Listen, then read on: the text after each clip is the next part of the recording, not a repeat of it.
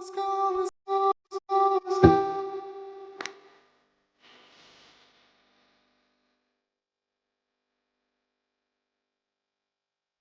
bilərsən, olar baxın biraz qədəmliyər. Ev yokmuş, şili yok.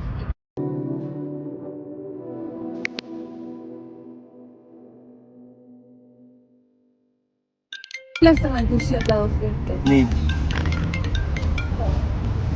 Salam dadaş, necəsən? Salam. Yoxsa? Ökələm. Çoxdandır bağlamsınız. Bir il olar, necə? Ben sənə mütəəssifəm.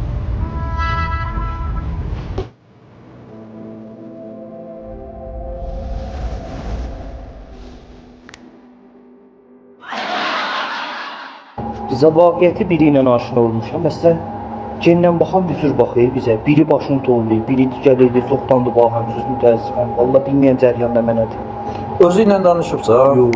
Hələ özü ilə danış, gör cəryan nə mənədir da. Hələ bir özü ilə danış.